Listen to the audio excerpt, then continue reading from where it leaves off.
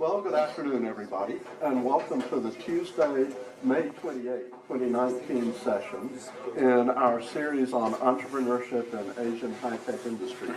I'm Richard Dasher. I direct the U.S. Asia Technology Management Center at Stanford. And for those of you who are regulars or who've been here before know, this series is available to Stanford students for university credit, but it's also open to the public. And today, for the last session in our series for 2019, I'm really happy that we have a special kind of keynote session with Mr. Peng T, who is the co-founder and managing partner of GSR Ventures, which is a Southeast Asia-based technology venture capital fund. Before I get further into Peng's introduction and into the content of the session, administrative item for all students. Please note that the deadline for submission of all comments and all materials is Wednesday. What's it? Mic not on? Yeah, but since he's close enough, you don't have to repeat anything. It's just for clarity. Mine shows. Oh, okay. Yeah, sorry. One of them might be. Is yours on? Mine's on. Huh.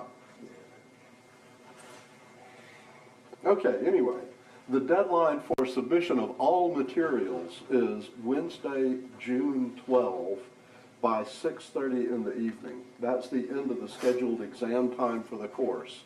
And since grades for graduating students are due the following day at noon, I don't have a whole lot of extra time, so don't be late.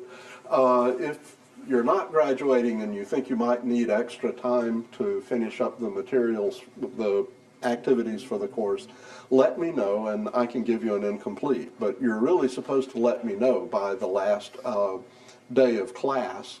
The last scheduled day of class is next Tuesday, but we're not doing a session next Tuesday, so whenever you can let me know.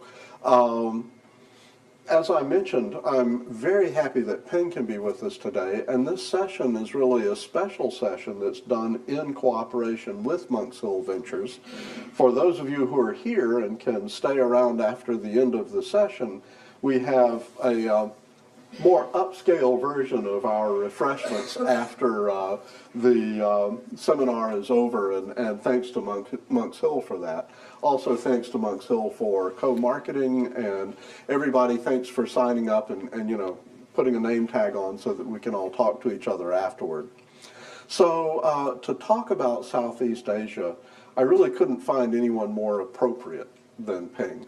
Peng is an entrepreneur who invests in entrepreneurs. I'd like to claim that for myself, that that's actually how your bio is written. And marketing folks. Yeah, right. So before founding GSR Ventures in 2013, he was with GSR Ventures in Beijing, and was doing venture capital work in Beijing for 3 years, from 2010 to 2013. He is a serial entrepreneur. He was co-founder, this is moving kind of back upstream to the 1990s, of a company called Electric Classifieds, which is probably best known as the parent company of Match.com. Peng was also founder and CEO of a company that went public on NASDAQ and grew to a $10 billion market cap before being acquired by HP, and yet a third company that was acquired by IBM on enterprise identity management. Peng is also very involved with a number of nonprofit ventures and nonprofit activities such as SolveEducation. And yeah, we're delighted to have you come and talk to us about the situation in Southeast Asia. Before we get into what you see in Southeast Asia right now, expand a little bit on your story. What are the threads that link these things? Why did you move over from entrepreneurship to investing, and then why from, you know, Beijing to Southeast Asia? Okay. The latter one is easier. I couldn't breathe the air in Beijing, literally. I was choking half the time. I was like sick, and you know, so yeah. Basically that was it. You know, doesn't matter how fun it is. If you can't breathe, life is not too fun. So I decided to move, and also that was a push, but that was a pull. I was helping out the government in Singapore with a lot of economic development in the tech startup scene, and I realized it was time for Series A investing to start happening. Yeah, you were actually on the board or advising a number of companies in your role as a VC, right? I think SingTel was one, wasn't it? Yeah, that was, yes. Before I became a full-time VC, I was on the board of SingTel for about 4 or 5 years. Okay, okay. So other than the air, what made you choose Southeast Asia? I'm from Singapore, so I grew up in Southeast Asia, so that's home to me. Okay. Yeah, and I know it reasonably well. So how would you describe Southeast Asia overall? Singapore is certainly a financial center, but where do you see the activities in entrepreneurship? It's actually very interesting. If you look at the aggregate number of Southeast Asia GDP and GDP growth over the last 20, 30 years, we've been one of the most stably growing spots in the world. Anywhere from 3 to 5% every year, year over year. And it's because, I think it's because we're naturally diversified. Number of countries, Indonesia being the largest, about 250 million people, Philippines 100 million, Thailand, 80 or 70, 90, yeah. Thereabouts. Vietnam 90 million. So there's big chunks of humanity, but it's not in one place, right? Yeah. It's in several countries. So Indonesia might have a hiccup, but Thailand might be doing fine, and vice versa, etc. So there's some level of stability in that mix. Now, in that diversity, you also have very different political systems and very different cultures. Is it really appropriate to talk about Southeast Asia as one region? Yeah, that's a good question. And that was a question many people were asking when we were setting up the fund. And I was asking myself that too. That was one of the questions that I think over the last 5 years has been answered. Because there are literally dozens and dozens of companies being run across these 6 major countries. It's not easy. There is a cost associated to having to build a company culture that can handle, 5, 6 different countries, legal systems, languages, etc. But it can be done. So I'm going to get you into trouble. Yeah. So Grab was Singapore-based, and they internationalized across the region really early. Yes. Whereas Gojek, being Indonesia-based, really stayed in the Indonesia market for much longer and only very recently opened business in other Southeast Asian countries. Can you compare the two? Sure. And I know both the founders. They're nice folks, very aggressive folks. But actually, Grab started off in KL. Malaysia, okay. Right? Anthony's Malaysian, I think, unless he switched recently. But so the difference is in their strategies, right? Grab had already been around for a while. And then when Nadeem started cranking up Gojek, he thought his strategy would be to get really, really strong in Indonesia, his home country, so that he has at least a stronghold. Yeah. Right? And I think that's a reasonable strategy, and it's worked out pretty well. He's very strong in Indonesia, and then Grab's strong elsewhere, and that's the battle. Right? I just realized, let's do a quick audience take and ask, how many people know Grab and Gojek already? Okay, so cool. It's not like we have to explain what they do, ride hailing plus, fintech services and lots of other different kinds of services. Yeah. Okay, so the kind of my uncertainty, because I'm pretty sure that Grab's registered in Singapore. But yeah, but it's registered in various other places. The holding company, I think, is Cayman Island. Yeah, okay. So that's kind of where I was going with this. Yeah. Are you seeing a lot of companies that really are based, that do the investment in Singapore but actually set up really for other places? The legal systems, unfortunately, in a lot of the countries are not very conducive for international investments and all that. So over time, it's evolved to be, and this is not tech that's done this. This is way before tech. Yeah. Singapore is sort of like the headquarters, or it could be Hong Kong, but these days it's more like Singapore, or Cayman Island. Yeah. And then the other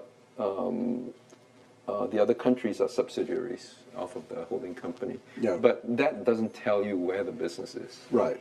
You got to look at the teams and where they are on the ground, etc. So this is what we get into. What is the kind of emerging dynamics across the region in regard to business opportunities or in regard to market development? Yeah. So I mentioned the word technification to you. Yeah, this was right before the session, so let's put it on tape. Yeah, and I think this is one of the easiest way to understand what's going on. Southeast Asia is about $3 trillion in GDP. Approximately half of it is in services. It's about 41% in Indonesia to about 70% in Singapore. I think it's about 80% here in the US. But it's moving, all of it, as it's emerging, it's moving towards services, right? So services is growing as a larger fraction of the GDP over time. 1.5 trillion dollars in services, and almost all of it is emerging markets. So almost all of it is very, very, very inefficient, right? To give you an example, every $100 you spend on Amazon, $3 goes to shipping the stuff around to get it to you. Right? That's here in the States. That's here in the States. In Southeast Asia, it's about $30. Wow. So it's a tenth of the productivity in logistics. Right? Not all of it can be accounted for by the bad infrastructure. A lot of it is just lack of information systems. Yeah. Go ahead. I was going to give you another example, lending, right? There's about 250 billion of gray market lending every year, right? And that's where 0.5% of interest rates per day, that's 150% or so a year, is considered okay. Wow. Right? That's inefficiency. There's not enough information on creditworthiness, etc. Right? So now, of course, that also overlaps with large numbers of people who are still unbanked. Yeah. The banking infrastructure has a cost structure that causes more than 50% of some countries to be unbanked in Southeast Asia. Yeah. Right. By the way, if you're interested in that, India has done something very interesting with their national identity system that caused a lot more people to get on the banking system because they paid out welfare through this identity system. Okay. But going back to Southeast Asia, a lot of these systems are really, really antiquated, really inefficient. And what the tech guys are doing is they're coming in one vertical at a time. And mind you, these are not small verticals. The larger ones are in the hundreds of billions. The smaller ones are maybe 1-2 billion. A lot of them are north of 10 billion. They're going one by one into these verticals, and they're technifying it. Right? They're introducing technology, AI, etc., optimizing the different aspects of the business. Let me give you an example so it's not just theoretical. In a company I am in the process of investing, is a headhunting company. The average headhunter they have has a productivity of 2x that of outside the company. Right? So they're twice the productivity per headhunter of their competitors. And they're using AI, expert systems, etc., to improve that productivity over time. Right?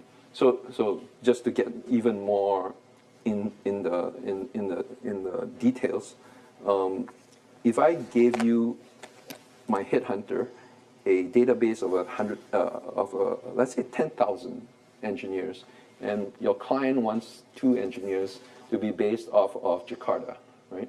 In some district in Jakarta. Let's see the SCBD district in Jakarta.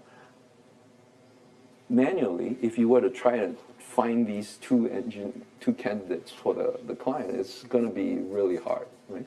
But imagine if you had the LinkedIn information of the hiring manager, the Facebook profile of the hiring manager, and all that data on your 10,000 candidates, right? And you run a big data optimization search. How well could you do with the placements, right? Much better, right? So that's what's happening, vertical by vertical, across the entire services sector in Southeast Asia. And you can see in retail, for example, the e-commerce companies, there's several unicorns there. There's about 10 to 12 unicorns, depending on how you measure it, in Southeast Asia. And a couple of them, more than a couple of them, are the e-commerce companies. And transportation, there are two $10 billion companies in Southeast Asia. They're both in the transportation plus businesses. You know, logistics, it is still time to create companies there. They are, you know, one of our companies, Ninja Van, is, I'm trying to figure out what I can say in public and what I cannot, is doing really well. They involve more than 10,000 people. They deliver, you know, hundreds of thousands of parcels a day. It's a 4-year-old company. How about this? It's a 4-year-old company, and it's about 10 times bigger than Singapore, the Singapore postal system. You know, it's interesting when you talk about infrastructure. Most people, when you think infrastructure, you think roads and you think energy grid and that kind of thing. But you're talking about the infrastructure for services. Services, yes. And that opens up all of these verticals like retail, where you don't usually think of retail as kind of an infrastructure business. But if you've got the back-end system and the know your customer kind of system, certainly there's a lot of opportunity there. Yeah. But that requires a certain amount of technical expertise in order to pull off. How is that in the region? So that's the other piece of learning we had. One of our concerns, that there are probably 3 places in the world where you can build a large engineering team, like 500, 1,000 people, engineers, right? That's here, that's China, that's India, right? There's almost nowhere else in the world you can do that because you can't get that many engineers in the country. So we thought that might be a problem for Southeast Asia. Turns out that no, it's not a problem because you can build engineering teams anywhere in the world now, right? In fact, if you know... Meaning they're working remotely or what? Yeah. Okay. You need a few on the ground so they Yeah. understand the problems. But, you know, you can have them in Ho Chi Minh City. The app, well, it used to be the app that allows you to order a Bluebird taxi in Jakarta was built in Ho Chi Minh City. Right? So it's very porous now. I've got a team in Lisbon in one of my companies, right? Because that's where the AI guy was. Right? And you just go with the talent. We've got people in Eastern Europe, in India, of course. Yeah. Gojek has the bulk of its engineers in Bangalore. Grab, I think, is in Vietnam, it's in Seattle, it's in... So this is another way of looking at the region as being regional, not just country by country. Yeah. But what about the different kind of things you have to do for different markets and different regulatory environments? Yeah. I think the company that first did this at scale to be very localized but yet global is Uber. Okay. Right? If you look at the Uber stack, it's, I think, about 70% global, right? The standard stuff, the maps, the navigation, pricing models, etc. And then about 30% is very, very local, right? They can customize all kinds of stuff. So I think a lot of us learned from that. Okay, and us being kind of in the Southeast Asia side. Yeah. Okay. So do you see robust early adopter markets, or how does this work? Because a lot of this infrastructure business is going to be business to business, right? Yeah. Literally it's B2B to C, Yeah. but you have to get to existing businesses to technify. Yeah. How is that a challenge? Okay, let me take one example. There's a company we invested in called Stocko. It's sort of the equivalent of Meichai in China. How many of you know Meichai? Okay, 2, 3. It's about a $5 billion company. It's about 6 years old. It sells vegetables and eggs and produce and stuff like that. Right? The food supply chain in China is not very efficient, so these guys came in and they technified it. Right? And Stocko is doing the same thing. Right? And they go to the warung and toko. A warung is like a neighborhood canteen. Toko is a small provision shop, right? And they tell the owners, right, you have to wake up at 3 a.m. in the morning to go get your provisions from the marketplace. Instead of doing that, why don't you place your order here on this app, and we'll deliver at 7 a.m. or whenever you open. Right? Okay. For the same price. Okay. So you can choose to wake up at 3 a.m. or you can choose to, wake up at 6:30. So for the same price For the is the same key, price. though. Yeah. That's hard to pull off, right? It's not, because there's margins. Okay. Right? And so we initially make a little bit less margins to get access to the transactions. Okay. But after a while, and this model has been played out in China, and another company called Ninja Card in India. In fact, Accel India is an investor too. We led the deal with them, and then with a company called Zhen Fan in China, which is Bob Xi's fund in China. So they were Meichai investors and Ninja Card investors. So they knew the model would work, so they invested in Stocko. Right? Okay. So that gives you an example of why the locals would technify. They're not technifying, they're just getting a more convenient and sometimes more efficient life. Business. Okay. For them, they see the results. Yeah. It's, the Yeah, it's all about technology the is just result. how you get it. So people who know me know that I tend to think of three major areas for an innovation system: the people, the capital, and the knowledge itself. So with regard to the people, not to get too far away from that yet, we talked a little bit about technical talent. What about the entrepreneurial knowledge and skills? Do you have a lot more sophistication now, and where is that coming from? Yeah.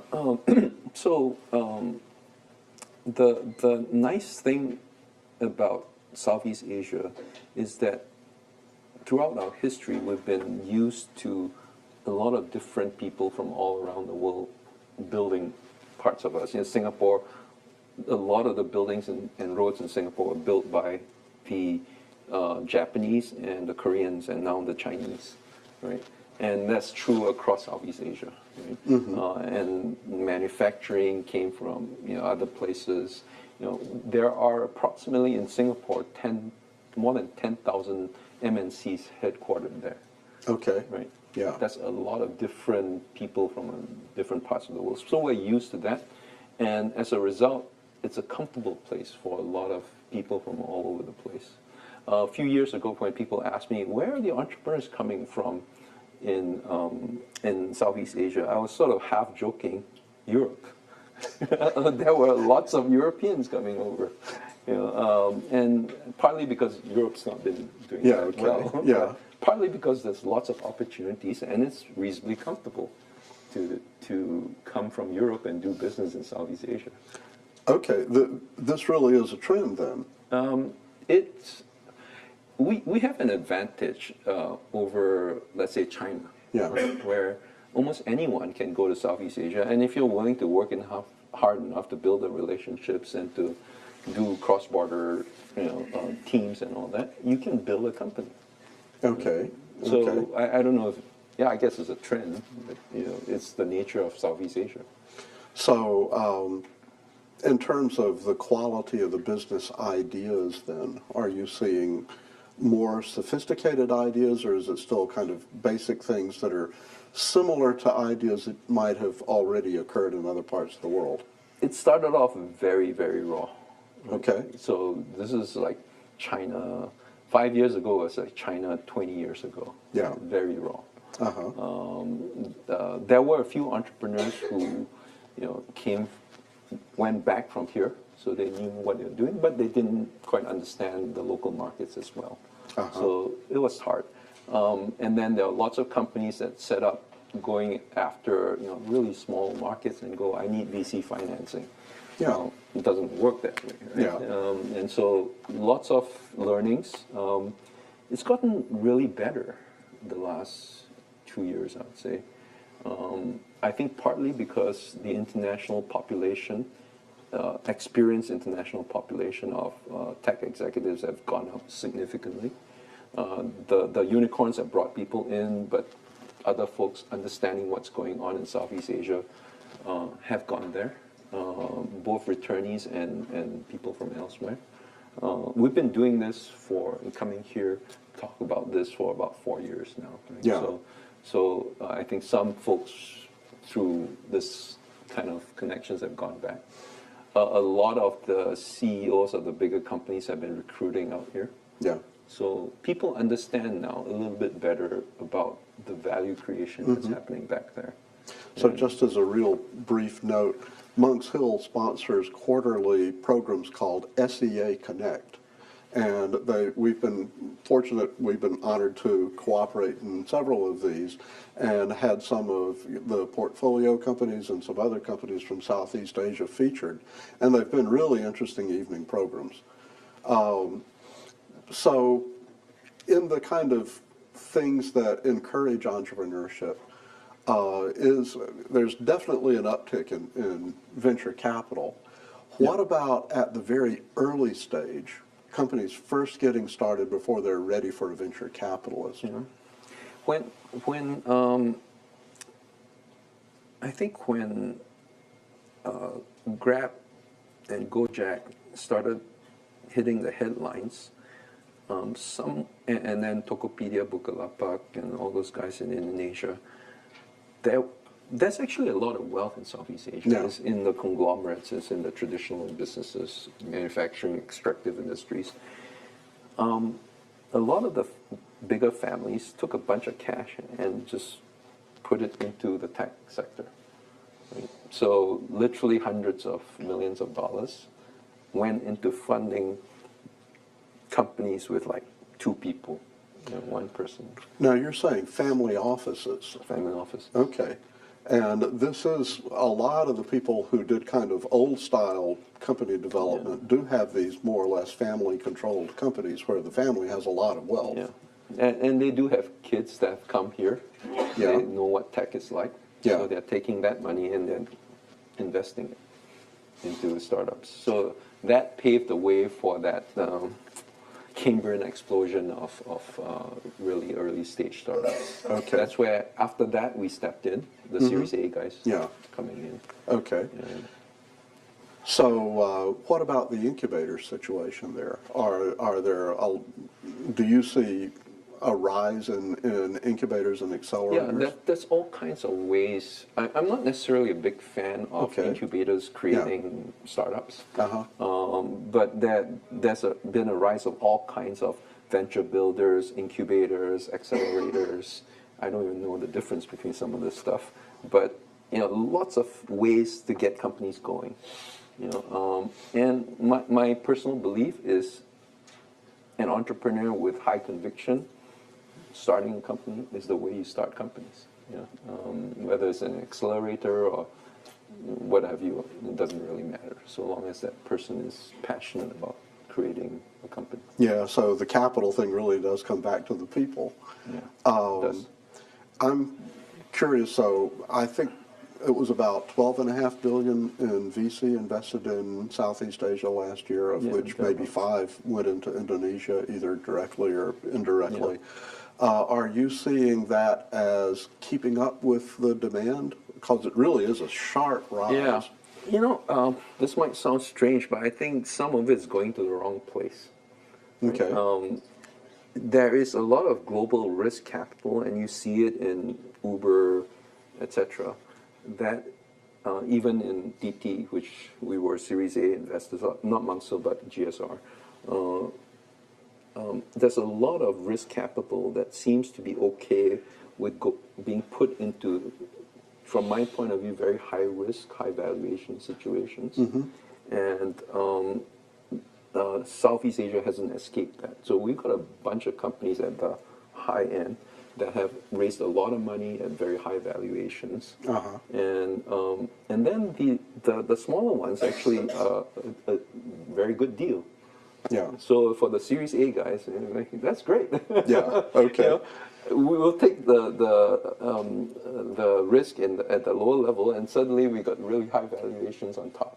So good for Now, us. is the top end valuations, are those going up because of the mega deals, or Yeah. is Absolutely. more of that than the public market then? Yes. No public markets. Okay. Not yet. Not yet. Okay. So There are a few IPOs, but not the majority. So in the mega deal world, it really looks like China influence versus American influence, all trying to make sure that they invest in the winning football team or whatever. Yeah. That's right. Do you see different kind of patterns of investment between like Didi Chuxing and Uber and so forth? Not really. I mean, it all gets traced back to the Vision Fund. SoftBank Vision Fund. Okay. Yeah. Okay. So you're either in the in that stable of large companies, or you're not. And so for the Series A investor, that basically means a good increase in valuation. Yeah. But does it mean you have to think longer to hold the investment longer? So I don't know if the kind of what I call negative gross margins blitzscaling stuff that's happening will last for long. Right? Okay. This is when If it looks like a bubble, it might be a bubble. yeah. Okay. So if I sell you a dollar bill for 80 cents, Yeah. how fast will my business grow? Right? Pretty fast. Yeah, right. As long as I can get the dollar to sell you. Yeah, you can sell a lot more So of those that way. The problem is we've had these kinds of business models, and I've been involved in some of them, grow huge, right? And some of them actually end up being defensible. But some of them, I don't know, maybe won't. Yeah, yeah. So right now, what are the areas that you really think are really promising as opposed to overvalued?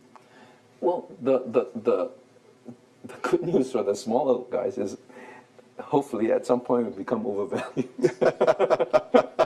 But the point is, As long as you can get out. yeah. Well, actually, it doesn't matter, right? Even if we get out a little bit lower, we're Yeah, still, okay. a lot higher than where Yeah. we were. But the basic principle, this is where being a VC, I get a little bit confused, maybe. The traditional way I look at my business is by creating value, I make money. Yeah. Right?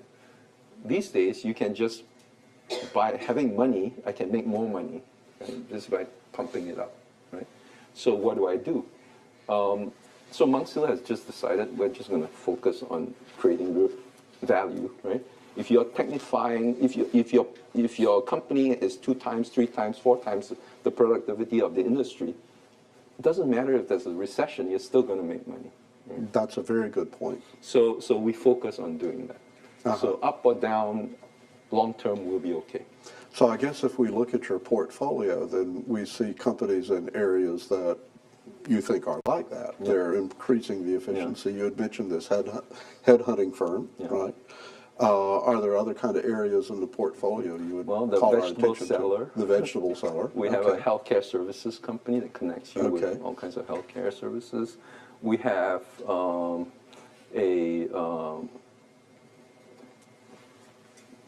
app that teaches you standard American English, spoken standard Yeah, American right. English, right? From the Stanford GSB founder. It's probably more I'm leaving out, but we have several lending companies for SMEs, for individuals. This goes on.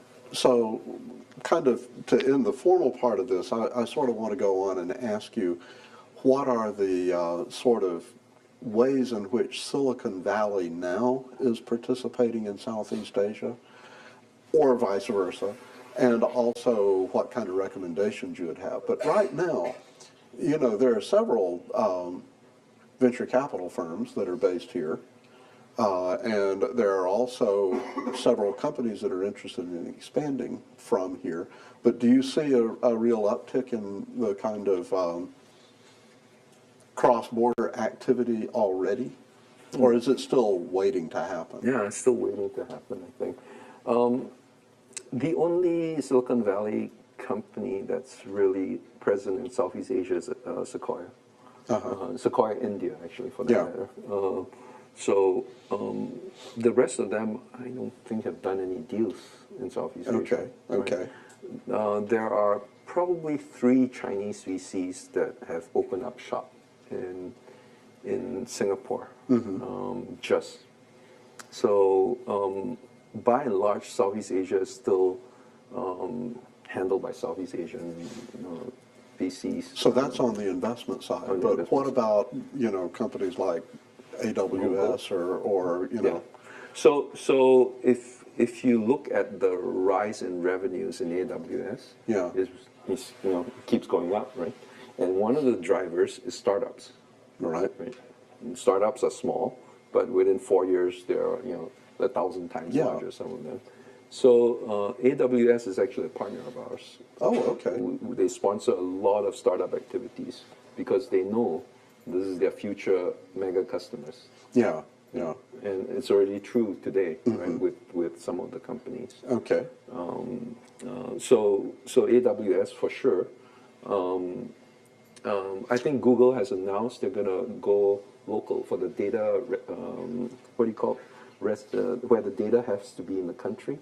You're right. Data residency rules, right? So Google is opening up their cloud in Jakarta. Yeah, Indonesia definitely requires all financial data and most personal data to be kept inside the country, stored in a data center there. So, you know, the big players are already there. Right? Okay. Facebook, I think, I forget which country, but Vietnam, I think. Yeah. Facebook probably has the largest DAU-MAU ratio. So which means they're the most engaged users. So in that regard, I'm kind of curious how Southeast Asia views FANG, right? Facebook, Amazon, Netflix, and Google. Are they taking over the Southeast Asia markets, or are they kind of good players in this? In India, you hear people complaining about FANG being having too much control. Yeah, I don't think they're as focused. Facebook and Google are more focused in Southeast Asia. Netflix is opening up. Amazon, I don't think it's focused at all in Southeast Asia. Yeah, okay. Just happens people use AWS. Yeah. Aside from it, AWS, which is a very different business. Yeah, right. So how do we look at this stuff? Well, I guess it's different from China in a certain way. In China, you know, Facebook, Google, they're all blocked. Right. And Amazon's not, and Netflix has not gone there, I think. But I'm not sure if it would be blocked. I haven't tried. So the 2 main players, Google and Facebook, are just not in the picture in China. Yeah, right. The biggest difference it does in Southeast Asia to have those 2 groups there is that there are certain businesses you just don't go into. You don't go into the search business. You don't go into the, you know, social networking business. Actually, it doesn't stop people from trying. Yeah. But it's hard to build big businesses there. But conversely, you do have Alibaba and, you know, the Tencent WeChat segment is really trying to move into Southeast Asia, I think. This might sound strange, but I don't think the Chinese companies really care that much about Southeast Asia. Okay. Which if you've got a giant domestic market to develop, okay. Yeah. So I was talking to my friends last year when I was back in Beijing, and, you know, all the BAT generals, they're all fighting battles in China. Right? They're not really that concerned of what's outside. Yes, there's $1 billion here, $1 billion there being invested in Southeast Asia from these groups, Yeah. but that's almost rounding error for them. Okay. So kind of to go back to what I was saying, what should Silicon Valley entrepreneurs as well as investors, how should they be looking at Southeast Asia? When does it become relevant to them? Yeah. This is not easy because a lot of value creation is being done on the ground by understanding how things work on the ground. So if you have a business here, how relevant is it to Southeast Asia? You know, I don't know, because if you're not, okay, if you have a horizontal piece of technology, maybe someone like AWS, Yeah. maybe someone could use you, right? Mm-hmm. But if you're vertical, let's say you're a finance company, right? Like a firm, for example, right? How relevant is Southeast Asia? Well, it's totally different. It's an emerging market. You're probably too busy going after your domestic market to worry about what's going on there, right? But if you are big, if you're like Google, Facebook, you got to engage, because that's where the 650 million people growing steadily. You got to engage. So let's say you've got a data analytics firm that would really help a retailer understand how to get more revenue per customer. Is that something that you think, if you were going to try to take that to Southeast Asia, what would you do? That's a good one. I would make sure it works here, and you got good. Okay, got to make sure it works. Okay. It's interesting. Some of the Chinese companies we see out in Southeast Asia didn't make it in China, and so they thought it might be easier in Southeast Asia. Wow. Sometimes it works, sometimes it doesn't.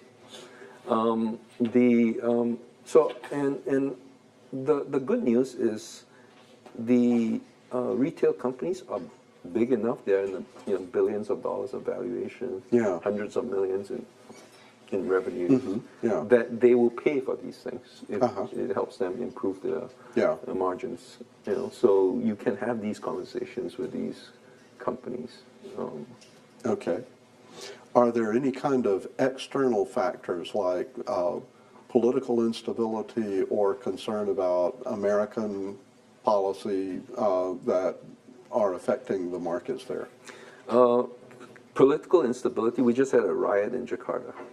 Right? The election results were announced. People didn't like it. They rioted. So cars were burned, etc. The emerging markets. You got to expect some of that. In terms of American politics, I think most folks in Southeast Asia look at it as just a big blur. Right? If things are happening, but really doesn't affect us that much. It might be fun to watch the happenings, but okay. And in fact, I think net of it all, Southeast Asia might benefit because it'll drive, instead of the trade going between China and the U.S., it might drive it through Southeast Asia. But that's not the tech sector. That's more the traditional economy. Yeah. But on the other hand, you do have a lot of investment restrictions. You have a lot of concern about security and IP. Yeah. How is Southeast Asia regarded in that aspect? It's a whole spectrum, right? You got Singapore, where it's an intellectual property hub, rule of law, etc., and other places might not be as strong.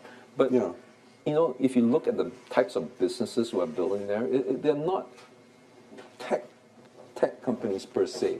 They are logistics companies. They are real estate brokerages, etc.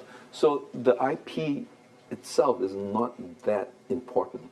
Yeah. Right. They protect the IP by not exposing it. So knowledge of the local system in the broad sense is really the most critical factor. And that's, you could argue, that's the IP.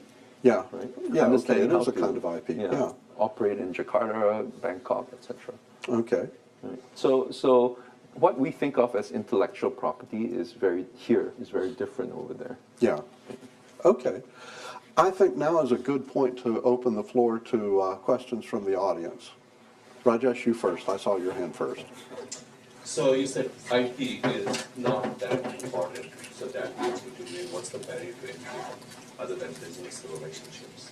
Because a lot of companies in India burn through a lot of cash. By IP not being important, I mean patented IP. Yes. Right? You can protect IP differently by not exposing it to the world. Right? So the headhunting company I mentioned, the way they match on employers to engineers, they don't have to show the world what it is. They just need to do it and benefit from the results of doing that. So if I can pick up on what Rajesh was saying, I think that, if you grow up to a certain point, knowledge of the local conditions and local relationships is a barrier to entry. Yeah, it is. But if you're trying to expand into a $10 billion a year company, you need other mechanisms besides that. How do companies expand if, it's really not so much who's got the best fancy new technology? Yeah, it's not. I mean, if you are a user of both Grab and Uber, right? We had Grab and Uber in Southeast Asia for the longest time, right? And the day they shut down Uber, a lot of us were very unhappy. Sorry, Anthony, but Anthony's the CEO of Grab, but Uber is a superior application to Grab, right? But life goes on. You still need that car, so you still use the Grab app, and it's improving over time. And I think Uber got 27.5% of Grab as That's a right. result, so that's not bad for them either. Yes, and they got a chunk of TT. Yeah, yeah. Yeah. I don't know if I answered your question, but it's... It's still, because the data shows that in India it did not fly. At least they kept on doing money and all this. That's a negative blitzscaling kind of stuff. Yeah, I actually don't know what to say to that, because if you are a traditional business builder, you look at this stuff and you go, I'm not sure what's going on, right? It's like last year with the ICOs and, what is going on? You have no idea. There's greed and fear, right? So I don't have a good answer for you in terms of the negative blitzscaling, negative gross margin blitzscalers. It happens, and it's how people buy market share. We actually don't know if this experiment is going to work out okay in the long run, right? Just a few people with lots of control over lots of money say, let's try this. So they're trying it. Proceed with caution. Go ahead, Prakash. How much has the ASEAN structure and the adoption of WTO trade facilitation rules enabled these companies that we're talking about that are basically non-techie companies that are being technified to spread across the region, because the 3 trillion comes from a dozen countries, something like that? The 3 trillion is basically 6 countries. Okay, 6 countries, half a dozen. Yeah. But that sort of spread across cultures, across administrative systems, how much was facilitated by the ASEAN agreement and by the WTO trade facilitation? I think WTO is not much. The ASEAN... They reduced the kind of overhead you were talking about. Sorry, what overhead? The logistics overheads and so on are considerably reduced once you adopt those trade facilitation rules. I didn't realize that even.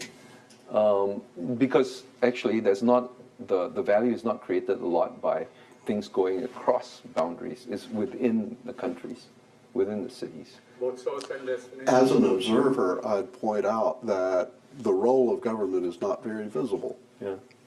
That this is, the international organizations certainly have an impact, like you say, but people on the, day-to-day situation don't really notice Yeah, it. I mean, WTO is about inter-country trade, right? So look at Vietnam at one end and Singapore at the other. They're like chalk and cheese. Yeah, most of the... How do you do business between these 2 countries?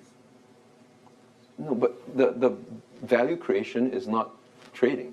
The tech companies are not Purely trading. within. Yeah, it's value creation within Ho Chi Minh City. In fact, it's not even throughout the country. It's a city by city. But still, capital crosses borders. Yes, capital. Capital will Not cross easy. borders. Yeah. Yeah. So that's the ASEAN thing, right? The last 40 years, we've been doing that, not in tech, in other businesses, right? One of the biggest telco owners in the Philippines is Indonesian, right? And they've been doing this all along, right? So tech just rides on that ASEAN structure. Okay, floor is open again. Thank you.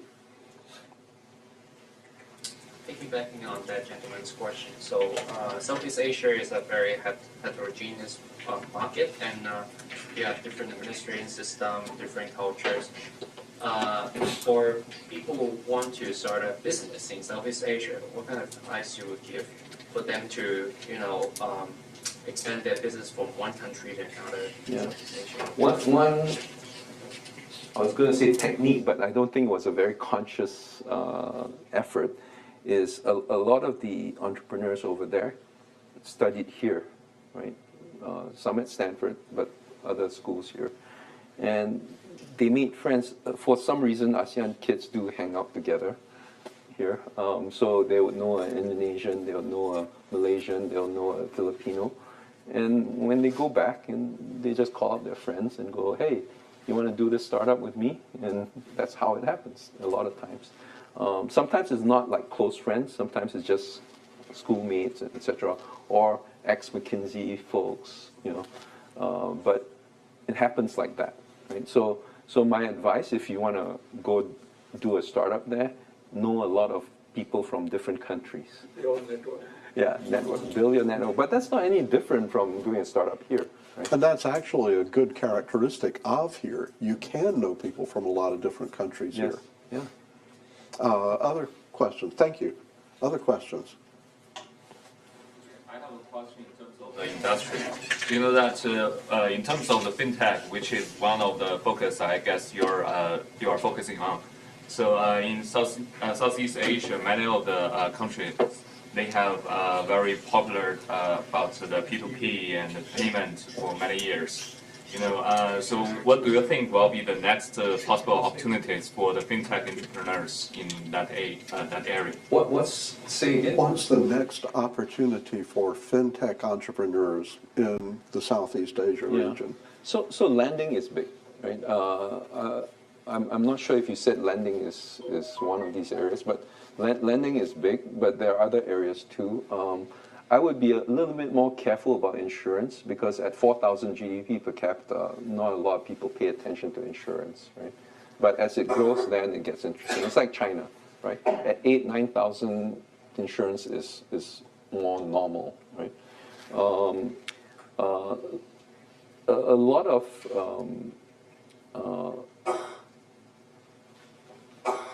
startups focus on credit and credit awareness and ability to lend, even if it's not lending itself. We've got a company called C88. It matches you to lenders, right? It understands your credit profile and the credit requirements of lenders. It matches you to lenders. So I would say, last year, to give you a scale, an idea of scale here, last year there were about 200 apps that were shut down, lending apps that were shut down in Indonesia because they weren't licensed. So that's just scale. Did they know they should have been licensed, or did they? Okay. Now this is interesting, and if I can kind of follow up on that a little bit. In fintech, what you have is really major industry transformation where the incumbent banks are either partnering with new kinds of in-between companies that really have the mobile apps. Multi-finance. They know how to get to the customers, and they're able to open up new markets for the banks. Yeah. So who has the power relationship in there is a really interesting question. Yeah. It used to be the banks always did, but now it's almost like they're becoming suppliers, and it's these app providers who have the real power in terms of knowing the customers. Yeah, there's an argument to be made that Gojek and Grab, assuming they succeed, will ultimately be finance companies. Yeah. Go ahead.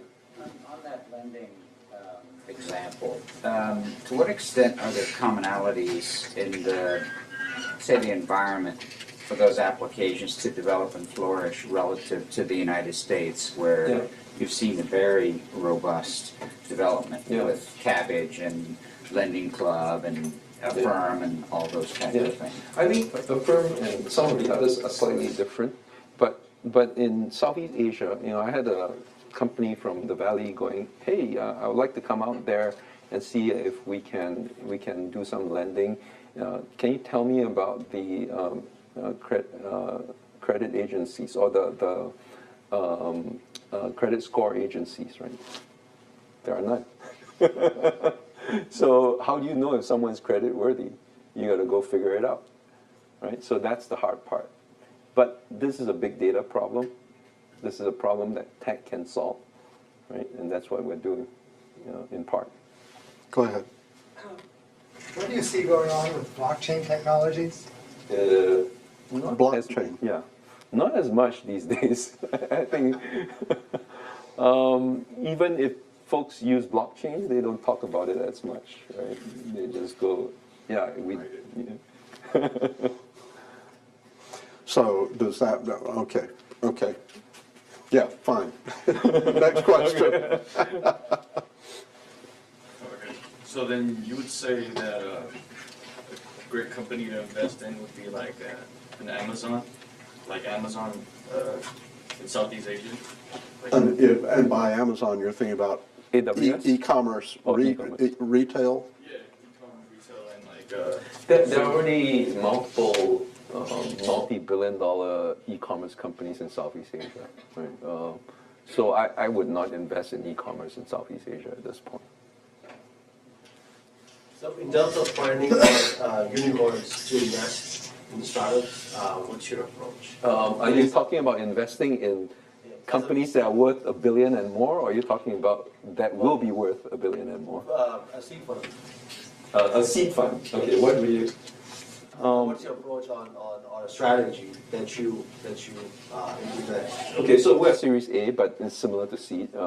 We go after the technification strategy. Right? The bulk of our deals, I would say about 80 to 90% of our deals are about some entrepreneur that is competently pursuing a vertical, right? Whether it's headhunting or food or something, right? And then we have a few horizontal plays, tech plays. I think that's a simple way to attack the Southeast Asia market. Right?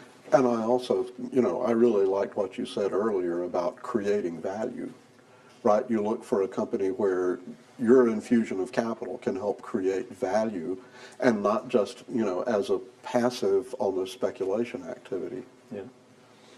Go ahead.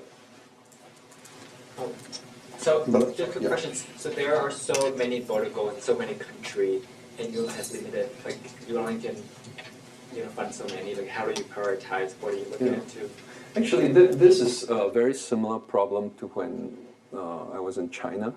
The problem is not that we got so many verticals, which one do we go after? The problem is where are the competent entrepreneurs who can actually win in a vertical, right? There are not enough of them, right? So our hardest task is to find these entrepreneurs who are, all out going to win in a particular vertical. That's our hardest job. And part of that question, how do you evaluate that? What is competent, or what are you looking for? It's not any different from here, right? It's just people who are absolutely, they have to win, and they know they're making a huge difference by winning. They are charismatic in their own way, Peng, can I ask you a kind of a personal question in that regard? So you were a serial entrepreneur. Mm-hmm. How much do you think that experience was really a critical part of being able to become a good investor? I'm not sure about that, but it gives me a lot more credibility when I speak Okay. up in the board. Yeah, okay. Very different. Yeah, okay. So we require our partners to have startup experience. right? Because they're going to sit on a board. We take board seats, Yeah, right? So right. they're going to sit on a board and talk to the entrepreneurs about what they think, Yeah. right? It's really hard to have someone who's never built a company tell someone who is in the process of building a huge company, you know, these You are should the do things- this, Yeah, yeah. and when, or maybe even suggest, and, Yeah. and not have that CEO question, you know, Yeah. whether, Right. where is your thinking coming from? Yeah. Right? So it's a lot easier if you've built a few companies to say, hey, look, consider this. I never tell a CEO what to do. Okay. I tell him what I would do if I Yeah. were in that Uh-huh, situation. uh-huh. Right? Sometimes. Sometimes I just tell them what happened. Yeah. Right? So I think it helps in that regard. Okay. And as a result of that, I think the entrepreneurs are more willing to spend time with me to consider my offer, and that helps competitively. And that also involves the value creation that really partnering with Monks Hill gives. Go ahead. So you both mentioned the regulatory role of government. On the one hand, in shutting down unlicensed companies, and on the other, in acquiring the multinationals to have a local base. But do you see any government role in entrepreneurial policy, either as funding venture capital or in other ways? I think that the governments could do a lot to facilitate entrepreneurship. But I realize it's politically difficult because I've talked to the Thai government, I've talked, obviously the Singapore government, Taiwanese government, etc. You know, one of the things we need to do is allow more porous movement of talent, right? But most countries want to control that. Right? They don't want anyone to be able to come into the country and start working. Flow of capital is also another issue, but that has been sort of taken care of by the corporate structure, right? So it's not as big a problem as before. Some of the protectionist policies make it more difficult for the FDI to come in, right? If you make e-commerce a protected domain, for example, and you need to be 75 or 51% owned by Indonesians, it's a lot harder to build e-commerce companies in Indonesia now. The older companies have all been what do you call it? You could be 100% owned by foreign entities, but now no longer. Right? So with regard to government investment in entrepreneurship, these kind of programs where we want to create 1,000 startups or whatever, one kind of sense I have is that governments, when they get into that, are trying to to broadcast the money to benefit large groups of people more or less equally.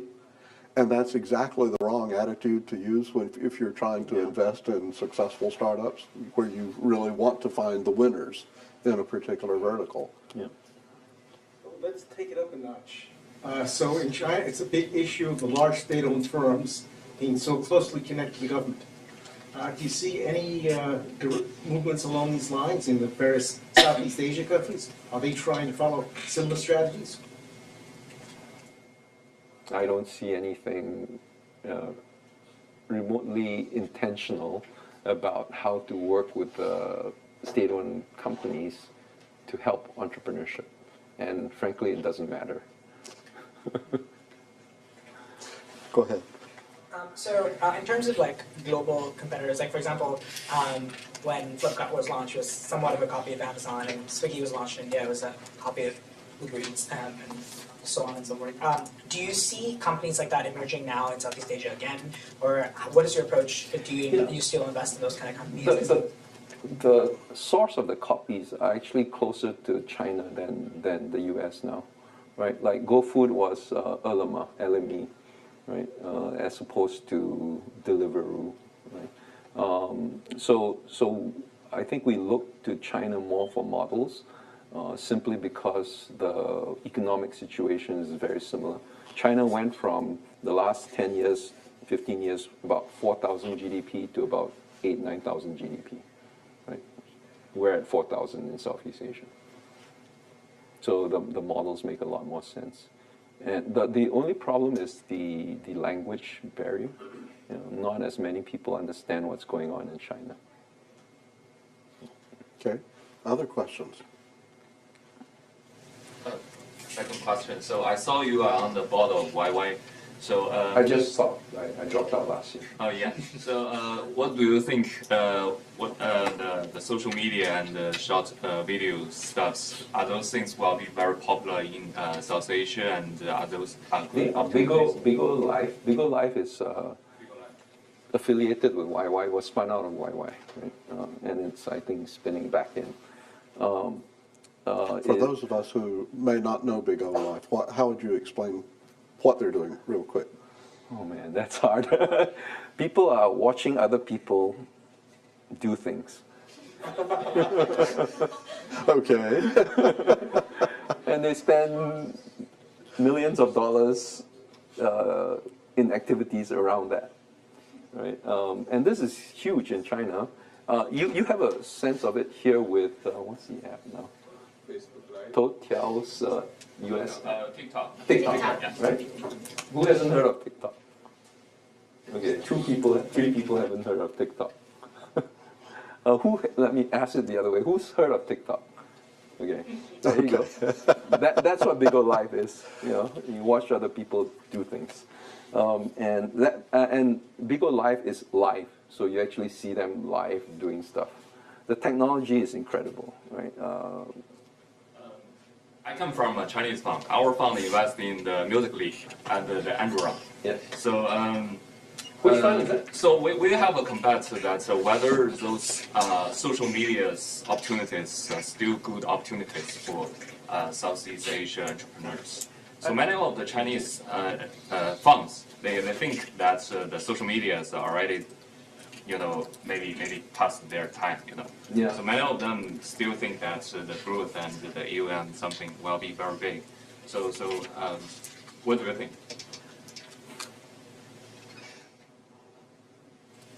I don't focus as much on social media because it is a bit, Southeast Asia is a bit too open a market for a company like YY, for example, to come in, flood it with investments, and get lots of installs and start getting a huge install base, right? So the capital efficiency of the ability to raise larger amounts of money from elsewhere, like here in China, is much more possible to do that, right? So if I were to start a Southeast Asian social media fund, I cannot raise as much money to compete with these other guys, right? So I just stay out of that business, right? So can a Chinese company build a big business in Southeast Asia doing social media? Yes, it's already happened. Right? Okay, thank you. One more question? Go ahead. Okay. In terms of your investment kind of reach, if you will, do you only invest in companies that want to set up shop in Southeast Asia, or do you also invest maybe in U.S. companies that might want to expand into Asia? What's kind of your thoughts around that? So I started our fund with the second piece as a possible mandate, right? And we ended up doing almost nothing in that area, simply because the Series A deals in Southeast Asia just went through the roof. Last year, we saw 1,300 deals in Southeast Asia. Now that's deals. Deals. This is not out of the number. This is not the number of proposals or whatever requests that you receive. Yeah, yeah. So yeah. Yeah. So it's all happening locally then? Yeah, most of it is happening locally. But some of the folks started companies here and then they moved back, right? There's a bunch of Southeast Asians that have done that. Okay, go ahead. Yes, maybe it was the last question, but just on following on that, so what if you're doing a company here, but your user base in Southeast Asia is growing, but you have pretty much a user base in Southeast Asia? Is it would you consider that as I know like the dev work, well the dev work is in Philippines, but if you're doing business in Southeast Asia, we'll consider, right? But if we got no value add to you, then we probably won't invest. right? But if you're selling, yeah, then we can be helpful. Okay, so as I said, we've got some refreshments outside. We'd like to encourage everybody to stay around and network and get to meet Peng and talk with each other. I want to thank everybody for your participation in the sessions in the series. If this is, not your first time here, welcome everybody. We will start again in fall quarter with a series of similar programs, but about edge computing, especially the more recent developments and related to edge computing like IoT systems in Asia. And then we'll repeat our Entrepreneurship in Asia seminars next spring. So if you would, first please join me in thanking Peng for great, honest time. Really appreciate it. Thank you.